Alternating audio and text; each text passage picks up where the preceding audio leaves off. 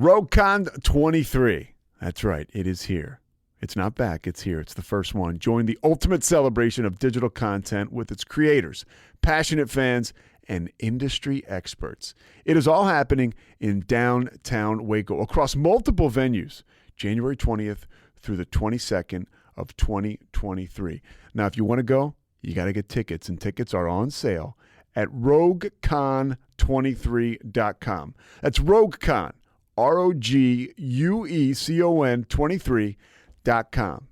Be there. I'm going to be there. Everybody's going to be there. Let's go. Dr. Tami Berry is sober almost 10 years now, and her story of sobriety and preceded by her story of addiction is absolutely amazing. Here's somebody who goes to school for pretty much most of all her life, is practicing medicine, becomes addicted to speed, always had the alcoholism, and she bottoms out. I mean, craters in dramatic fashion. What's she doing with her life now? She's giving back. She's a resilience expert and coach.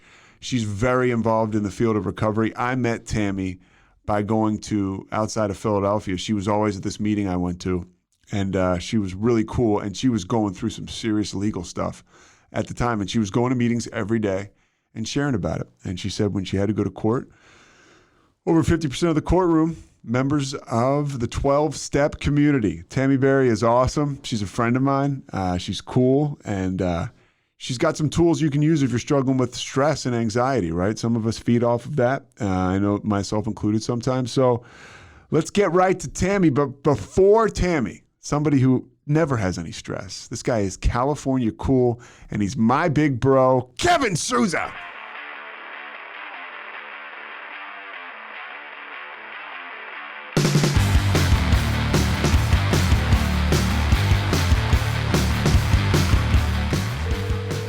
Good morning, Pete. Hey, Tami. How are you? Good. By the way, it's nice to spend the morning with you once again. We used to meet almost every day at 7 a.m. at 562 in Haverford. That's right. Yeah. That's right. I miss that place. I've been doing the Zoom thing, but I've been there only a few times since, the era of COVID. Yeah, I miss that place a lot too. I mean, just being out of town. By the way, so Mike is the producer. Say hi, Mike. So that's Hi, Mike. I actually did listen to a few. Real? A few? Episodes. All right. Yeah. Make sure you subscribe and download, Tami. Come on now. It's not playing any games here. All right.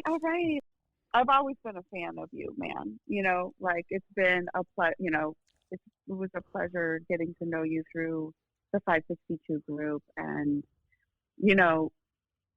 this is such a good fit for you because your sobriety is so strong, and you just naturally, I think, help people carry the message. I just think this is a great spot for you to be of service, and I'm just happy to be a small part of it. I appreciate you saying that. And I think that literally, I mean, I can't, you could leave me on the side of the road with the car and I don't know that I'm changing the flat tire, but I can communicate. And I feel like it's my, like God gave me, he spared my life. So this is what I like. This is what I do, while I'm on the other side. I don't know how strong it's day to day, just like everybody else, but I appreciate you saying that. So what are you up to now? I want to kind of find out what you're up to now, because I'm just naturally curious, and then we'll get into your story. Yeah. Right now I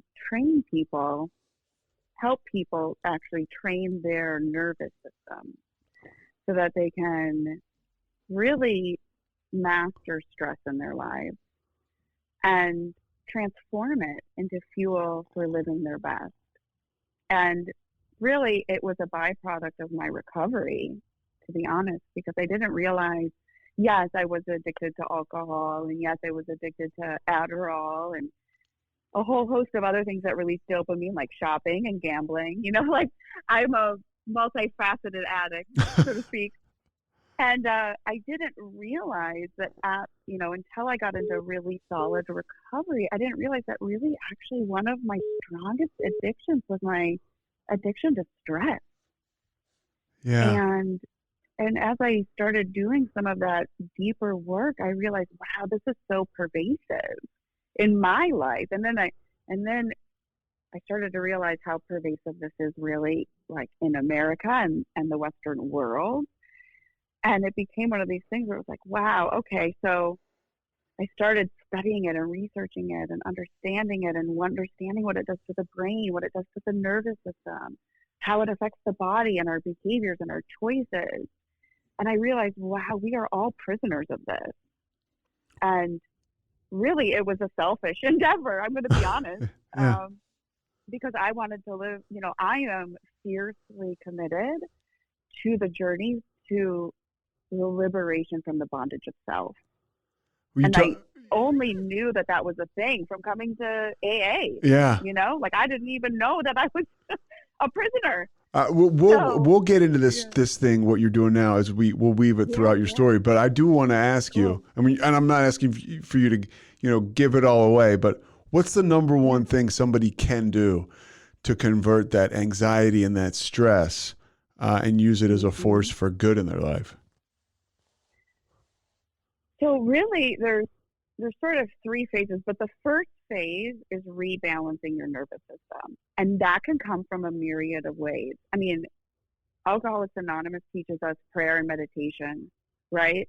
That is a really powerful way to balance your nervous system, to reduce the sympathetic system and increase the parasympathetic system. So they work in tandem, or they counteract one another, essentially. And when we're in a sympathetic response, we're in stress. And when we're in a parasympathetic response, we're countering all of that biochemically, hormonally, physiologically, biochemically, like in every area of the brain and the body. And so anytime you are praying or meditating and you feel relief, you know that you've activated the parasympathetic nervous system. And I give my clients biofeedback monitoring so they know in real time that they're actually strengthening their parasympathetic nervous system. So, a lot of the clients I work with, they want to know that they're doing it right. They're kind of like me, the type A perfectionist, Yeah. Well, in the cycle of overachieving, You were, were you or are you? You were a doctor, right? Yeah, a surgeon, actually, yeah. What kind of surgeon? General. Okay, so you were a general surgeon. Let's go back to the very beginning. When did you have your first drink? My first drink, I was in high school. It was a party. Apparently, everybody else knew how to do this. I ended up vomiting everywhere, I was never a successful drinker, like from the jump. And for whatever reason, I thought this was my solution. But clearly, it never agreed with me. I never knew how to moderate. I mean, from the moment that I first started drinking, I felt euphoria. I felt relief from the anxiety, the stress, the sort of inner turmoil that I had been carrying for years that I didn't know. I didn't have a name for it. I didn't have language for it. But I certainly knew at the time that there was relief in the drink from it. And if it ended up with me vomiting and making a fool of myself, it didn't matter. Yeah, that's and that's that alcoholic stuff that we don't notice growing up. Like I drank, and people would draw all over me in high school, when I was passed out, and I didn't maybe I carried the shame underneath, but I didn't care. It was like, hey, when are we going to do this again? Because it makes me feel good. It sets off something in my brain that is freeing and gives me confidence. So what was the balancing act like for you as you drank, but evolved as a student? Like, how did you manage both? Yeah, I almost just have to admit that school always just came easy to me. Academic, and that sort of was ultimately how I got away with a lot, because you were just always smarter than everybody else. I mean, I'll say it, or it seemed like that. It just seemed easy to me, yeah, it was. And then I got into medical school and it was like, oh my gosh, I've done this before. And then I got into the operating room. I started doing my clinical rotations, and I just thought this was the coolest thing. And I could make my way through an abdomen like nobody's. It was as if I had done this before. It was a really strange experience. I just had it was as if I was born with a skill set that other people had to work really hard to learn and master. And I sort of was given it in a way. Where did you go? Did you grow up in Minnesota? I did. Yeah. Yeah. So I remember that. Yeah. Did. So you grew up in Minnesota. So you go to high school there, and then where do you go to college? The University of Wisconsin. Oh, okay. Okay. So you go to that's a pretty big drinking school. Yeah. Well, every year I Madison. was there. We were the #1 party school in America. And then I graduated and it went to Florida State University. And I thought, oh, look at that. See, it was me. Yeah. If they had just hung on to me a little longer, they could have kept their standing. So you went to Florida Yeah. State. Did you go there for med school or for? Oh, no, I didn't go to Florida State, but they won the #1 party Gotcha, school the gotcha, year after gotcha. I Okay. graduated. And so I thought, oh, see, could have kept your ranking. So you Kept me go. around. So you go to med school where? I went to Ross University. I decided pretty late in the game. I was starting to actually teach. I went to graduate school at the University of Wisconsin. I was studying Lyme disease and looking at the inflammatory process, which, now comes full circle. I realize stress is the greatest activator of the inflammatory process in the body. But at the time I was studying, immune mediators, really technical stuff. But during that time, I was a teaching assistant, and I was teaching at the medical school at the University of Wisconsin. I was a teaching assistant for physiology, and thought, this is so cool. If I'm teaching med students, maybe I should go to medical school. These guys seem cool. Yeah. And started reaching out to some of the academics there and found out basically like I didn't have a chance of getting in there because I had partied enough that my GPA wasn't really stellar. And University of Wisconsin was a top 15 medical school in the country at the time. And this was in 2001. And so I was like, oh gosh, no, but I really want to do this. So I ended up going to a foreign medical school. Ross University is in the Caribbean. It's kind of moved around a little bit, but at the time it was in an island in a country called Dominica. Wow. And I applied and I got in and really, talk about a culture shock and a totally new life. And it's interesting because I still had willpower then. I really wanted to immerse myself in the study of medicine, and I loved it. And my drinking was more of a binge. It was like it would be after midterms, after exams. I would let myself go off the rails for sometimes several days. I would sometimes take myself to a different island so that my colleague, my fellow medical students wouldn't see me, like the hot mess that I would be. So at that point, if you drink, like they talk about in the big book, like the phenomenon of craving's going to kick in and you have 1 or 2 drinks and you're off. It's a binge drink. Oh, I'm gone. Yeah. Baby. Oh, yeah. And I don't know if I'm going to be back in 24 hours or 3 days. Right? Like, I don't know. What's the Adderall situation like in college and med school? Well, I didn't. I played with it just a couple times in undergrad. It wasn't until I really hit depression. The Adderall didn't kick in until I was a surgeon. Okay. Actually. So, but I had, my body remembered, right, that euphoria. And at that time, so I go through med school. I do all of that. Let me just sure. segue here. I'm all over the so place. I totally love the med school thing. I was able to do my binge drinking and get by really well. Graduated with a 4.0, highest honors. Taught my way through it. End up in Florida, like Miami for some rotation. End up teaching a little bit, teaching other medical students in Miami for a little bit, end up then in New York to finish my clinicals through Mount Sinai and Maimonides Medical Center in Brooklyn. And then the drinking really started. Really what it is like my underlying depression and discontent with life is kicking in, right? Like my irritable, restless discontent is kicking in. I don't know what this is. I just know that I need to numb out, Yeah. right? Like I can't deal with these feelings.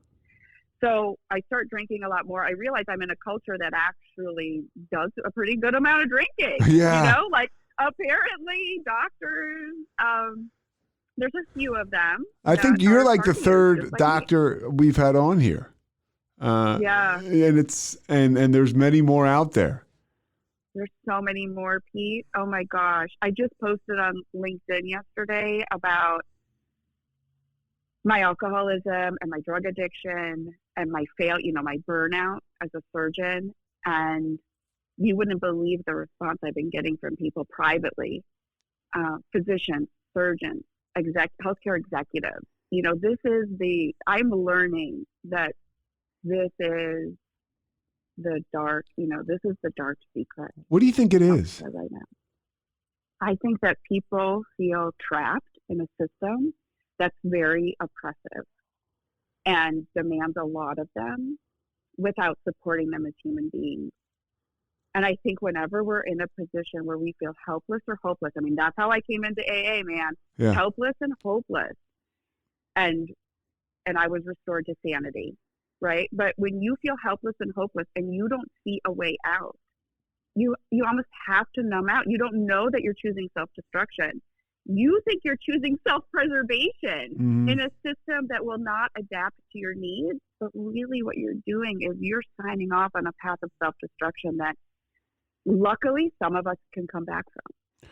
Yeah, you mentioned that, like the self-destruction. That's I love when you say, you don't know what these feelings are, right? But they're there. And, I was numbing out before I knew that I needed to numb out, it was self-preservation, but I thought it was fun, and some of it was real fun, but some of it, most if not all, especially by the end, was a complete mess. But I mean, and I'm not a doctor, I'm not a med student, but there's that coping of whatever your situation is, but the stakes get so high when you're a doctor, because how long did you go to school?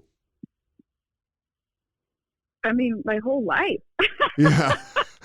I feel like I'm back in school now because now I'm learning a whole new way to live. Truly, like every day I'm learning. And this is a great example, by the way, Tami, of somebody who, like, it's so hard to change your actions. It's so hard to change what you're doing, no matter if it's an esteemable thing like being a doctor, or no matter if it's, an unestimable thing, like, air quotes unestimable, like being an alcoholic. Like, you've got, I don't know, almost 20 years in the game educationally invested in being in the medical field. And then you switch gears. Mm-hmm. All right, let's go back because I'm all over the place. All right, take me back. We're in New York and stuff's kind of getting off the rails. Yeah, stuff's getting off the rails. I end up applying for my general surgery residency at that time. I end up getting my number one spot, which is what brought me here to Philadelphia.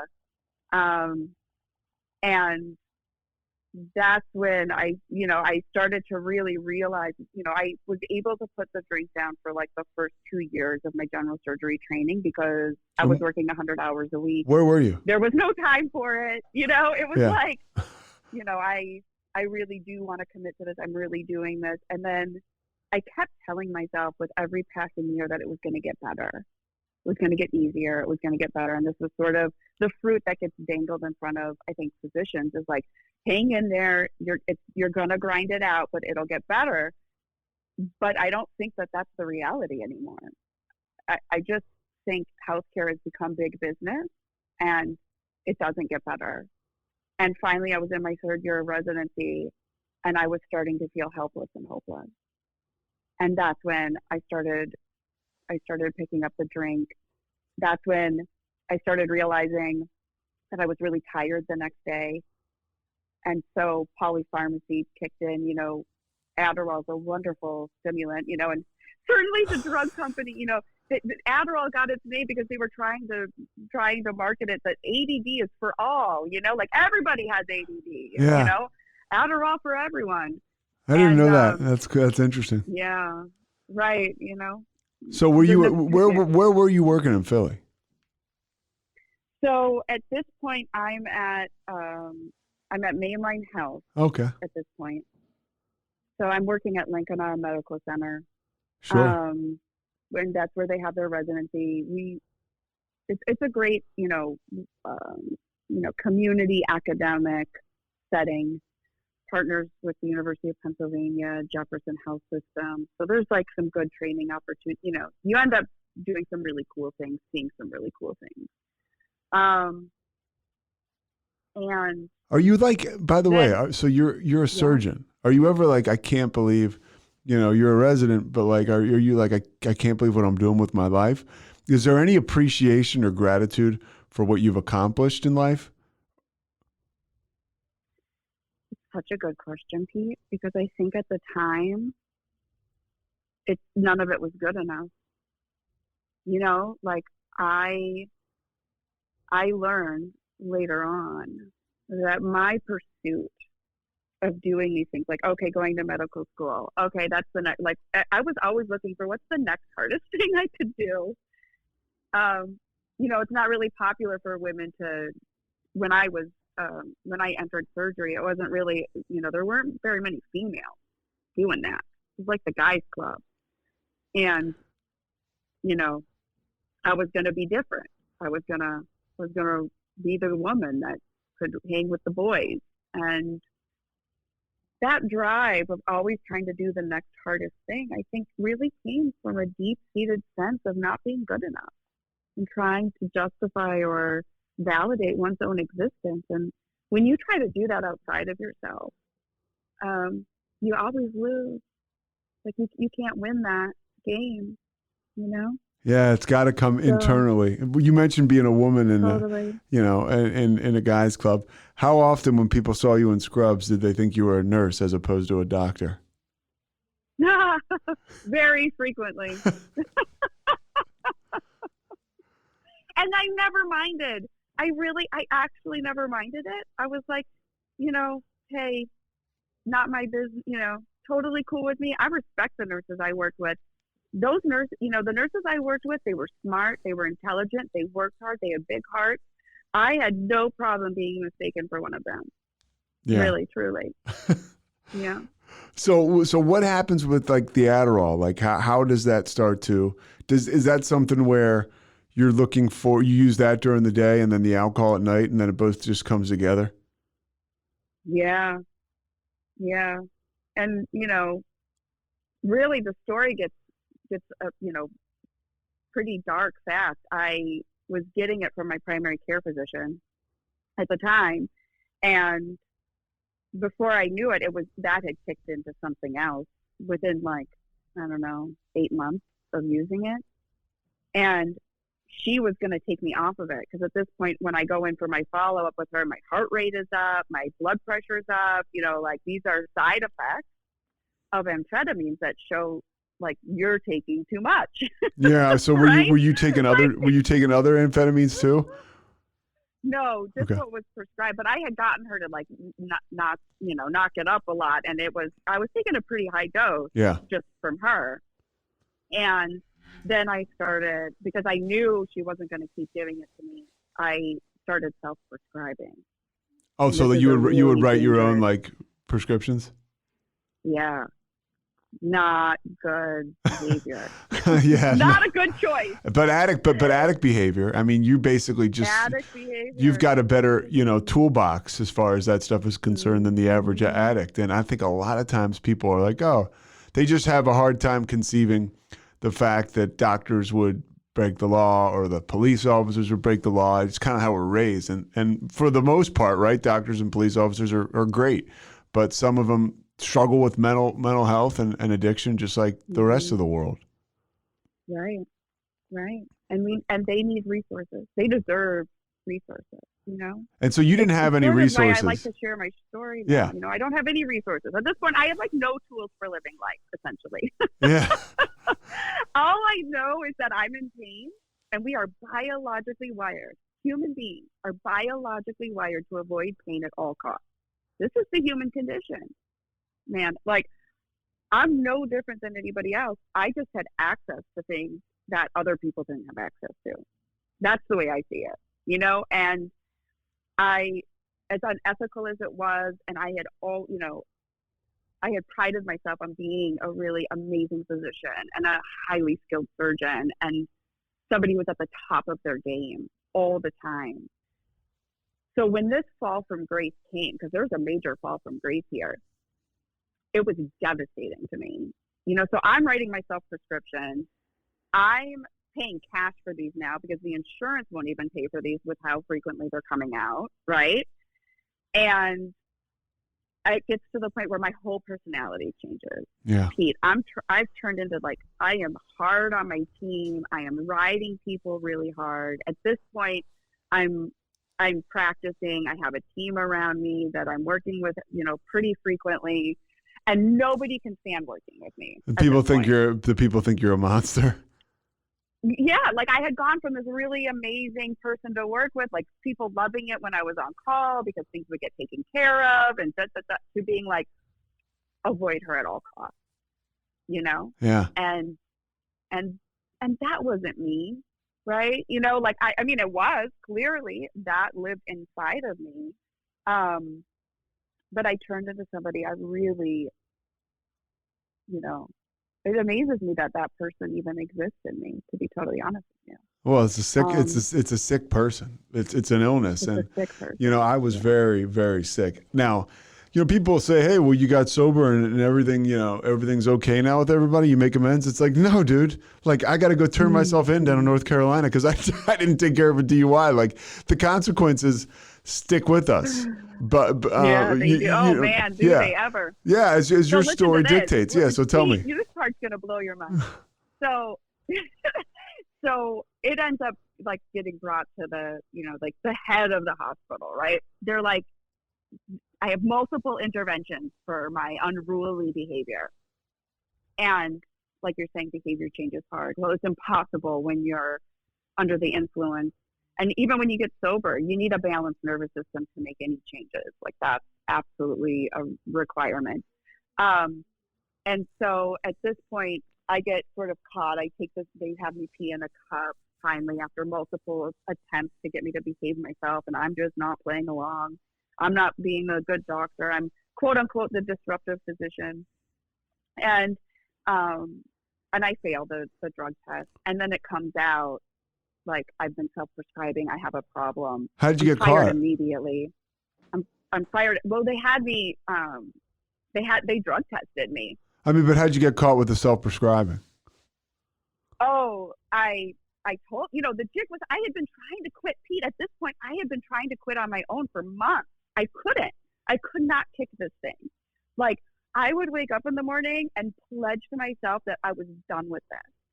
I was never going to do this again. Yeah. And by 11 a.m. or noon, if I hadn't had myself completely convinced that this was the only way I was going to get through the day, I mean, it was such a vicious cycle. Like, since I got sober, I haven't relapsed, but I relapsed every day for like 8 or 9 months before I finally got sober, you know? Yeah. So I would wake up totally committed and not have the willpower to get through the morning. Which is such, you know, a shit show internally and emotionally, because there's shame in that you're like, oh man, like, I really, like, so much shame. I really did want to stop and I can't. It's like, I really did. And every time I wrote a prescription, like, my hand would be shaking and I would be like, I know this isn't right, but I need this. I don't. Let's do a little inside baseball here. I'm just curious. So you have a license. You are a doctor. You go to, let's say, I'm just going to make stuff up, CVS, and you pick up this prescription. Don't they ask you for your license so they can see that you're prescribing it for yourself, or how, it doesn't matter? Well, I would go to these, like, mom and pop pharmacies. Gotcha. You know, like, I kind of, you know. You're an addict, for sure. Yeah. You know, where there's a will, there's a way, my friend. Yeah. So, okay. So you get caught with that. And what happens? So I get caught with that, and I just spill the beans. Like, I don't realize that I should be consulting a lawyer. I don't realize the ramifications of what I've been doing. I had thought multiple times that I should leave a note, like in my shirt, like, if you find me, shock me. Like, I'm for real. Like, I knew I was going to need a defibrillation or something. Like, I would, I was going in and out of arrhythmias. This is how much Adderall I was taking. I had totally wrecked the electrical circuitry of my heart. How much a day going on in the rest of my body are we taking, you think? Oh man, it's a lot. It's a lot. Actually, when everything went down, so when everything goes down, I end up in front of a judge, right? When everything goes down, I get prosecuted actually by Kathleen Kane. Oh, who at that time was the Attorney General of Pennsylvania, who's since been indicted and in prison for abuse of power. Yeah. And had ever been charged under I lost for a second. You said no physician had ever been charged? Okay. No physician had ever been charged, up till my case, no physician had ever been charged under this particular law that John Corbett at the time was the acting governor. I find out in retrospect, he's investigating Kathleen Kane for abuse of power. In order to get him off her back, she's, I guess, has this idea that, the next physician that comes in line I'm going to slap them with this statute. And it'll appease Corbett, he'll back off of me, and everything will be copacetic. I guess I end up being that next physician in line. And she sinks her teeth into my case, and the DA will not work with I actually go through 3 lawyers. And a lawyer takes a retainer up front to represent you. Yeah. I mean, I blew through oh my gosh, I don't even want it. It's like maybe $35,000 on legal fees before I even got in front of a judge. Yeah. No lawyer could work. I thought I was like, how do I keep hiring the most incompetent lawyer? How is this not, what kind of luck is this? And I'm sober over a year. I'm sober about 14 months by the time I make it to this point. And that is such a blessing, Pete. It is such a blessing, because what ended up getting me sober was when the medical board heard about this, they were like, you need to go into treatment if you're going to keep your medical license. So you were sober, but you hadn't gone to any kind of recovery. Is that what I'm getting out of this? Oh, I did. Okay. I went to rehab. Yep, I went to rehab. What's your sobriety date? April 23rd, 2013. Okay, and that's when the shit hit the fan. That's when I came clean with what was really going on. At that point, I was told to notify the medical board, which I did. I self-reported to the medical board. At that point, they tell me, okay, Dr. Berry, we've researched your case. You don't have anything, you don't have anything against you. It looks like you're very reputable. You do great work. We're willing to work with you here. If you go to rehab and you stay sober and you agree to a daily monitoring, check-in through what's called the PHP, Physician's Health Program.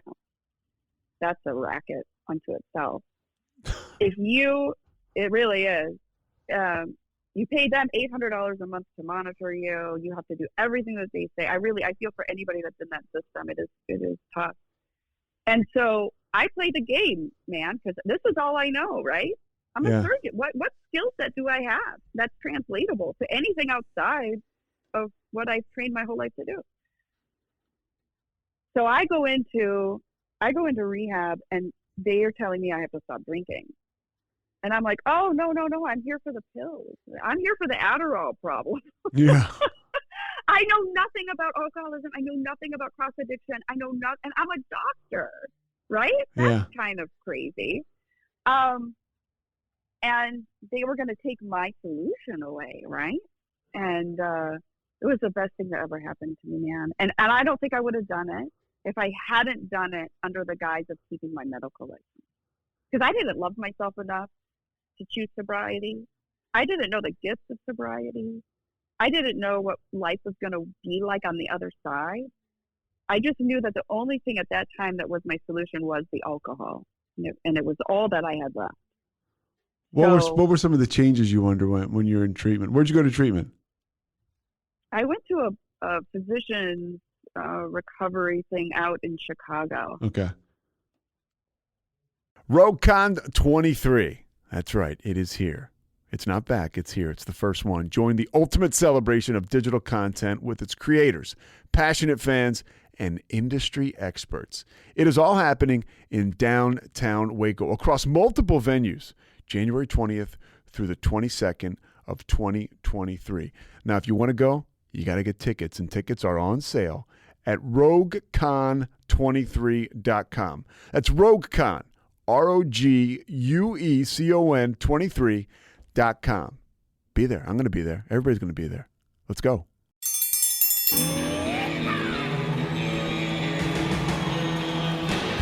Hi, I'm Hank. You might remember me from a show called King of the Hill. Check out a King of the Hill rewatch podcast. These boys ain't right, but they are funny. Find the podcast anywhere you get your podcasts or at roguemedianetwork.com. I tell you what.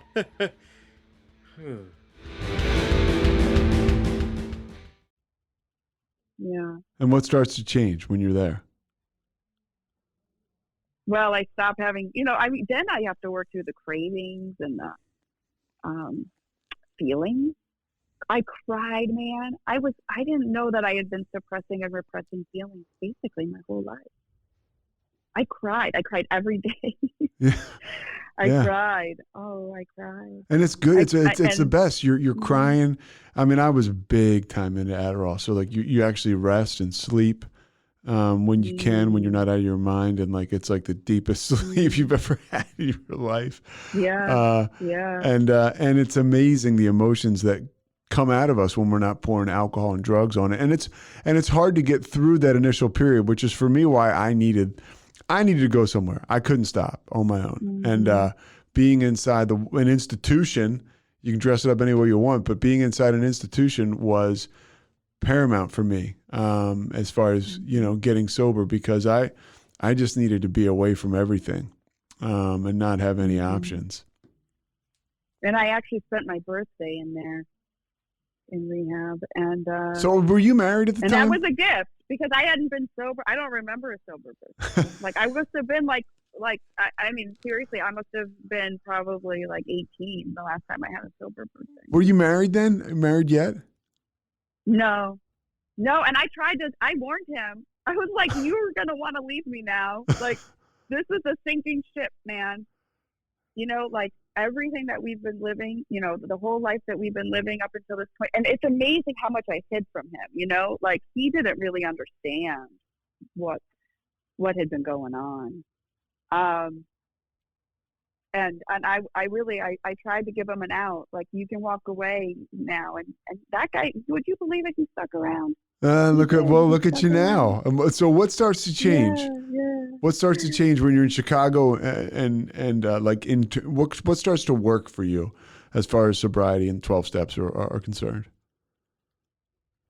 Well, so I go to the first day that I go into rehab, they recommend that we go to, AA meetings. And I walk in there and my whole nervous system responded to that. I walk in the room and I'm settled and I feel like I'm home.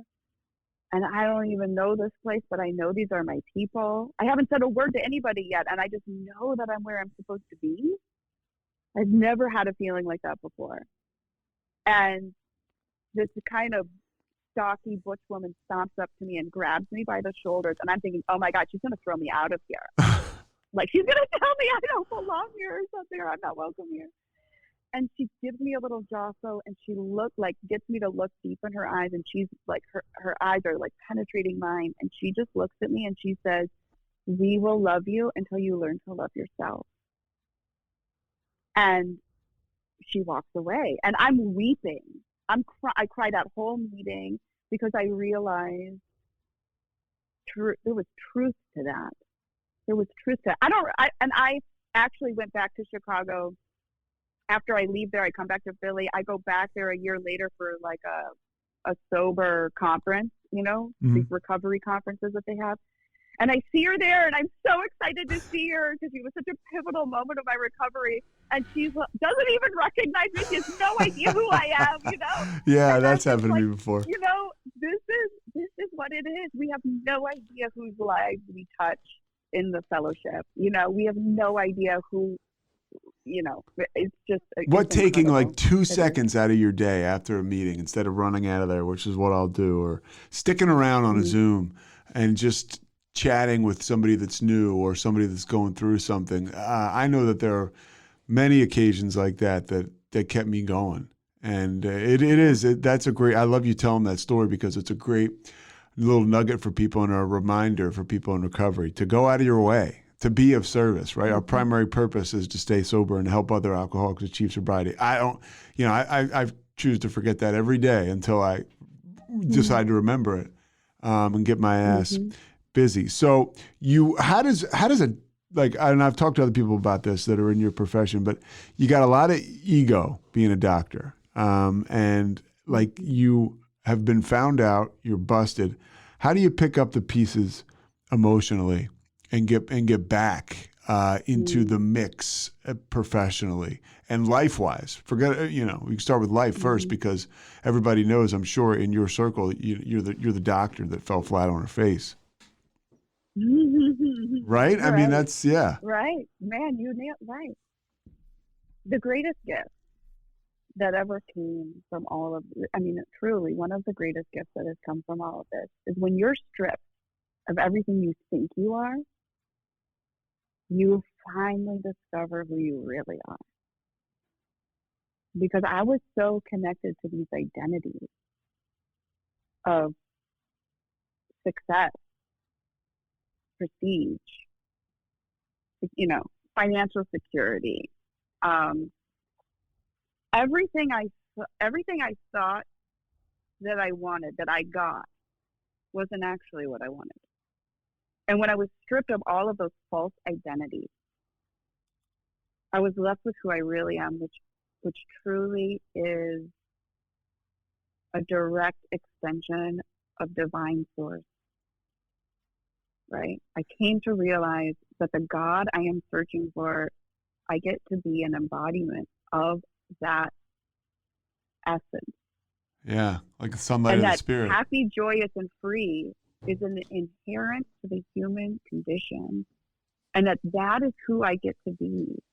I get to know who I really am and be an expression of that when I release everything that blocks me from knowing that. When you see happy, joyous, and free is what a part of the human condition, what do you mean by that? I mean, we're born that way. I have a 3-year-old daughter now. Yes. If I don't tell you this girl is happy, joyous, and free, right? Like, she is, we are born that way. We are born that way. And it's actually the stress that we accumulate to our lives that dampens our ability to be true expressions of that. And it's like there's this phrase of like, we peel back the layers of the onion, which is really, we shed our shame, we shed our guilt, we release our remorse, we do the work to understand our character defects, which really are just our human instincts run riot, right? So we do all of that work, and what we're left with is a being that is truly happy, joyous, and free. We don't manufacture happy, joyous, and free. We are it. And our work is to release anything and everything that prevents us from being true expressions of that and experiencing that in our own lives. My buddy Scott says, excuse me, this program is about, maybe it's not, I think it is, Scott, getting rid of stuff. It's 100% getting rid of stuff. Yeah. Ernie, my buddy Ernie says that. This is about AA, you got to get rid of all the bullshit. You got to get rid of it. And that enables you to have the happy, joyous, and free. And to let the sunlight of the spirit come through you, or whatever you want to call it, to touch others, because that's the deal. Mm-hmm. Yeah. The gift of desperation. Oh. That's how I found God. Yeah. Right? That's how I found a life. Yeah. Yeah. And when I was down and out, and I wanted to give up. I tried to give up several times. There was something within me that was just rise to the occasion, and I just knew this isn't the end. This isn't the end. This is part of your story, Tami. This is not your story. This is not who you are. And we think that we are our identities. We think we are the things that surround us. We think we are the thing, that our value is based on what's in our bank account or our asset, list. And we are so much bigger than we ever know that we are. Like we are, there is so much more to us than we'll ever truly know. And I just want to keep exploring that and playing in the realm of like, what am I really capable of? And having my daughter has totally it has helped me realize if I can bring a fraction of the love that I have for her, for myself, anything is possible. For me, we flourish when we are steeped in love and support and care. And that's what AA gave me. Yeah. It's what AA gave me. I walked into that courtroom and half that courtroom was full of people from 562. So what? Yeah. So I remember now you're going to meetings and you're changing your behavior. You're there every day at 7 a.m. Every day. Which I think I always have my own little theory on people that go to morning meetings are winners or trying to be winners or trying, you really mean business because you want to get, it's the first priority, right? Before you embark on your day. And you're really making recovery a priority if it's the first thing you do pretty much. And because days get out of hand, whatever. So I saw you there every day at 7 a.m. What's the status of your medical license? You did not you were trying to get it back, right? No, I actually wasn't. I have not tried to get it back. It was taken from me because of this felony charge. Okay. That I had for the writing of the script, and they thought I was taking so much that I had to be selling it. There was no way I had survived. Do you know that I had the same thing? There was a guy who I used to get Adderall from. Oh yeah, and he was like, they were convinced I was selling it, and I was like, it's like, no, it's really all from me. Yeah. Right. Yeah. Crazy stuff, man. We're so blessed to be alive, Pete. I know. It really is something. And so a part of me knew I was never going to have the courage to leave a life in medicine. And part of me knew, I've always known that I was meant for more. Not more in an achieving, being more way, but that I was meant to have a different impact and help people in a different way. I really see the work that I do right now is I'm still a healer. I practice a different kind of medicine. Oh, you're on fire. I'll tell you that right now, just from talking to you. And it's you've got it going on. I mean, you have that attractiveness to your sobriety, and it's like you can tell you're in the middle of something really cool. Oh, thanks, Pete. No, it's true. You can tell. Because I get to trudge the road of happy destiny with amazing souls like you, my friend. Yeah, well, thank you. This is not a solo job. This is, like anything that I do now, I know that I carry, there's this phrase, I see further because I stand on the shoulders of giants, right? And I stand on the shoulders of the Fellowship of Alcoholics Anonymous. And I stand on the shoulders of my ancestors and my lineage. And, anything that I am is because of everything that has brought me here. And I might not like all of it. For the longest time, I didn't like the fact that I was an alcoholic or a drug addict. It's been the greatest blessing of my life. Yeah, it's amazing. And that is like almost what you talked about at the beginning, right? Turning your stress, understanding it and using it as some kind of asset. But just to go back a little bit, what kind of charges were you facing? Oh, dang. The list was mighty long. I was facing at the end 28 years in prison. Jeez. And $380,000 in fines. Yeah. And you're going to meetings every day. I didn't know that it was that deep. So you're going to meetings every day. Yeah. And Yeah. that's the beauty of, by the way, of Alcoholics Anonymous. You can be in the middle of a complete and total shitstorm. But if you're going to meetings every single day, you're working the steps. There's God in your life or your higher power. And you can get through just about anything. Oh, you can. How about anything? You can get through anything, not just about. I always want to sell it short. Yeah. Anything. No, you can get through anything. You can get through anything if you're surrounded by love, support. I mean, that's what it comes down to.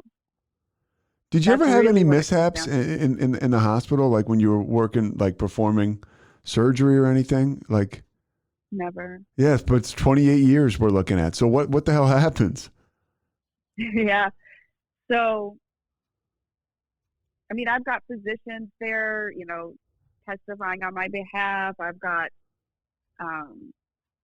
people, it was wild. And the judge even says, I don't want to have to do this, but because the case was being driven by Kathleen Kane, like there was no negotiating here. And he ends up waiving the fine. Because I still have school loans, which are, not quite that high, but rather high. Yeah. So it's like I've already got fines basically to pay. And he puts me on probation for 5 years, which ended up getting reduced, I guess, to something like 3. And that was it. And because of the felony charges that went along with that, it was an automatic loss of my medical license for 10 years. Oh, okay. And so we're still 2 years out from that, for me being able to get it back. Do you think you will try to get it back? No. You don't think so? Okay. No, that's not. That ship has sailed. I'm on a new ship. Yeah, well, it sounds like it. So talk to me. How did you find yourself here? How did you redirect? Is that a spiritual thing too? Because again, and I know this from my own experience, you can look, if you have a little bit of training and some skills, you can have absolutely really nothing going for you on paper, but you can go to meetings, get spiritually fit, start to believe in yourself, have self-esteem, and completely be just accomplish or have the balls to try to do anything. And the next thing you know, you're in the middle of a new project like you are now, and you're achieving success. How did you get there? One day at a time. I could have never imagined that this is my life. I could have never, I always hoped that I was given an opportunity to positively impact people. I always hoped that I would be given an opportunity where I could continue to leverage, the understanding of the human condition, the human body, the human, and to help people achieve what's possible in terms of human potential.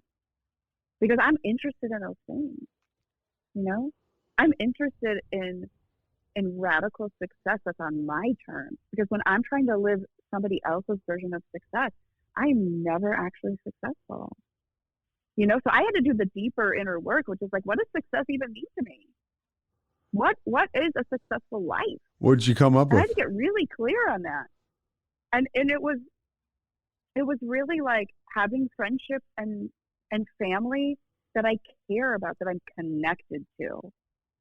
Because I had been I was a shell of myself, Pete. Like, I wasn't an actual participant in any of the relationships in my life by the time everything came down, Oh, yeah. I want to know myself. I want to be connected to myself. So how do you work with clients today?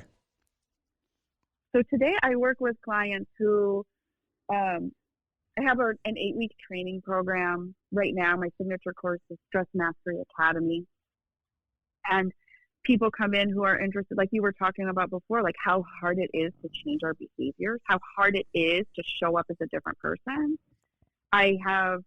There are 3 phases to this training program in 8 weeks that people learn to rebalance, repattern, and reprogram their nervous system so that they have everything they need to continue to evolve and grow into the best version of themselves And it's a system that's repeatable over and over. I've used the system to help me in my later stages of recovery when I could finally get my marbles back and could understand what had happened to me. Yeah, it takes a little while. It takes a little while. But definitely my signature program is not for people in early recovery. I'm going to put that out there. This is for people that have been in recovery for at least a year who, recognize that maybe stress might be a huge component. But it is for people in recovery, specific to recovery. It's specific to anybody that recognizes that they could have an addictive relationship with stress. That it is creating for them habits of thought, behavior, and action that are not congruent with their greatest good. Do you think the people that Go ahead. Go ahead. Finish your thought, because that was interesting. Oh no, I was just going to say, you don't have to be an alcoholic or an addict, an Adderall addict, for this system to work. Yeah. Do you think people are kind of because when you create the stress, you kind of create like chaos. I've done it myself, and then that's kind of like people kind of get a rush off that, because when everything stops moving, you're just left with yourself. Mm-hmm. And a lot of times, and biochemically, those are very addictive chemicals and hormones, right? When we're stress releases things like epinephrine and norepinephrine, which are the natural stimulants of the body, right? So you get that rush like you're talking about. And then, then we're releasing cortisol, which is the stress hormone. And this starts shutting down certain, we don't digest food well. It shuts down the way that we think. It reduces blood flow to the cortex of your brain. And then the energetic demand goes to the more central parts of your brain, which are always territorial, selfish, fear-based. You're in survivor mode. And those circuits end up being self-perpetuating if you don't know how to break the cycle. Right? So it just keeps going and going. This is why it's such a gift. It just keeps going and going. You've got to disrupt the cycle if you're going to free yourself from this ongoing cyclical pattern that it creates. What's the first thing somebody should do? Yeah, you spiral. What's the first thing somebody should do that's listening to this and is struggling with major anxiety, and they're like, wow, listening right now, and they're like, maybe I'm addicted to it. Maybe, what do they do? Yeah. Well, the first piece is to recognize when you're caught in it, right? So awareness is the greatest liberator of anything. You want to change anything in your life, you're going to have to develop a little bit of awareness around it. And to do that with kindness is always, I like to strongly encourage people that kindness and compassion are always like part of the solution. And so it's like recognizing that you're caught in it and not beating yourself up. You do enough of that. Yeah. Try something else. Give yourself a break. Recognize like, oh my gosh, I'm carrying a lot here, right? And just take a few nice deep breaths. See if you can take a deep breath with your belly. Really move your diaphragm. That helps activate the vagus nerve, which is the really strong driver of the parasympathetic nervous system. And just kind of gain some balance just from that. And then once you're in balance, and this is hard to do, this can be hard to do because you have to practice it regularly for it to start working quickly. But once you train for this, you can actually re-regulate your nervous system within 30 seconds. We're wired for it. We were given a parasympathetic nervous system. And what's interesting, when you're in parasympathetic dominant state, you feel connected. You feel like you belong. You feel whole. You feel like you can feel things like love and compassion and kindness. You can think smarter. You can make better decisions. You choose better behaviors that are life-affirming instead of life-destroying. It shows up in your relationship. You can connect to other people because you're connected to yourself. Yeah, totally. We're wired this way. I notice myself now, like I'm fidgety and stuff. Like I'm just need to get a little more rest, and I've totally gotten away from meditation. And it's, I know that when when I find that gear and I find that space, it definitely changes my demeanor and the vibe I give off. I'm sure, like it's so often now. I'm just constantly, I don't know what, I'm ready for a pot of gold to spring out of my phone. You know, I'm just like, why do I continue to look at it? You know, Oh, Pete, yeah. those are such common behaviors. Yeah. Those are like what you're talking about. We are in America. I think right now, we have an epidemic of stress. We have an epidemic of stress. We're addicted to our phones, right? That's activating the stress response. We're stressed out in traffic. I hear more horns today on the road than I ever did before. You're hearing about people getting thrown off of airplanes. They're like, you know, a lot. Belligerent behavior. Yeah. Like, we as a society, did you know that right now, nearly 25% of all children aged 13 to 18 in America have diagnosable anxiety disorder? Yeah, and that's insane. That is heartbreaking. We are, you know, our kids, they don't have the ability to self-regulate the way we do. Our children are 100% dependent on our nervous system balance for them to learn how to regulate and balance their own. So this statistic is a sign to me that parents, adults in America right now are experiencing incredible levels of stress, and what they're carrying. This is a healthcare crisis. This is like a public health crisis, and it's affecting our kids, and it will have repercussions that show. I mean, what stress ultimately does is it puts us in a pro-inflammatory state. Inflammation is the root of all disease and cancer. It's amazing Period. to think Hard about stop. that. Yeah. Something like stress, something outside of us can internally kill us. You know, not something we're putting in our body. It's not like we're running into something that's going to kill us, or it's this vibe that will kill us. It's contagious. We're emotional beings, right? Emotions are contagious. Stress is really, if you think about it, it's a soup of destructive emotions. Okay, so right? if somebody wants to find you, where can they find you? How can they get involved? You know, because you're already helping people, but if people want to go deeper than this, how can they find you? Yeah, you can. I love LinkedIn. If you're on LinkedIn, please follow me, interact with me. Let's have a conversation. We'll put that link if you up. want to just sort of see what I'm up to, drtamiberry.com. It's DrTamiberry.com. All right. Well, and anything else? What do you tell somebody that's just trying to get a day? Keep coming back. All right. Keep coming back. Keep coming back. It's like, and there are no shortage of meetings, right? Like, I won't point to, you know, you're saying you saw me every day at 7, and then, you know, if we talk to the next guy, you're like, oh yeah, I saw her every day at noon at midday. Yes. And then if we spoke to somebody else, they'd be like, oh yeah, I saw her every day at 6 p.m. You know, like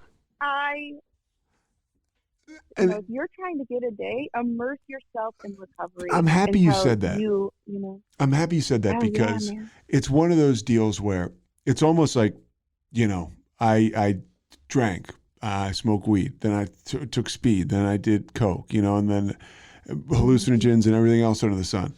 And there's doors you walk through, right? Like normal is what you're used to, right? Like eventually, it's just what you're used to. Mm-hmm. And if you can make normal, because you know, people are gonna be like, there's no way I can go to 2 meetings a day or 3. It's like, yeah, you can. If you're brand new, or if you're going through crisis and you've been around for a while and you don't want to sit with yourself, you know, smash the ego and just knock them down meeting after meeting. Now, easier for me to say, I haven't done that in a while, but I have done it, and I know I felt awesome in doing it. There's no better way to kill time if you're an alcoholic looking for something to do, because a lot of times people get sober, they have the gift of unemployment, they're not in a relationship because they've blown all that up. And, you know, maybe you're living with your parents or you're in a weird situation. Get to meetings. It's, I'm really happy you said that, because it's, you know, you're somebody who I think after listening to this, people will be really impressed by. And it's like, yeah, like it's not like it's not so out of the norm or crazy to go to a couple meetings a day if you have the time and if you have something going on. Oh yeah, we need it. We need each other. You know, like you might think that you're weak for needing AA, but you're really actually giving AA a gift because AA needs you. Yeah. It's like, what can we bring to it rather than what can we take? What can you bring? Exactly. Yeah. Exactly. I love, sweet Marianne used to say, Yeah. God bless her. Yeah, for real. If you don't feel good, go to a meeting. And if you feel good, go to two. Because if you don't feel good, you need a meeting. And when you feel good, the meeting needs you. Man, that's awesome. She was a legend. This is a woman that used to sit in the front legend, row at right? 562. Yep. Yeah, it seemed like flocked, beautiful, always always the well best dressed lady in the house. Yeah. I think she was in New York City and then came maybe from Philly and then came and lived in the suburbs and meetings were it was her number one thing. I mean, she was regal and she was cool and she had a kick-ass message and she put sobriety first. Right? She did. That was awesome, Tami. Yeah, thank you so much. Yeah, you too. Thank you. Okay, bye-bye. Thanks so much for listening to The Payoff with Pete. Once again, I'm Pete Souza. And of course, we are part of the Rogue Media Network. All kinds of good podcasts you can find at roguemedianetwork.com. And of course, you can find this podcast and all those other ones wherever you get your podcasts, iTunes, Spotify, other spots like that.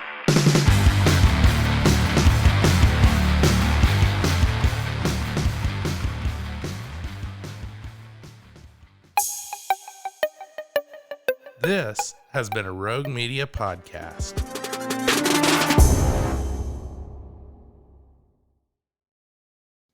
Join the ultimate celebration of digital content with its creators, passionate fans, and industry experts. It's all happening in downtown Waco across multiple venues on January 20th through the 22nd, 2023. Tickets are on sale now at roguecon23.com.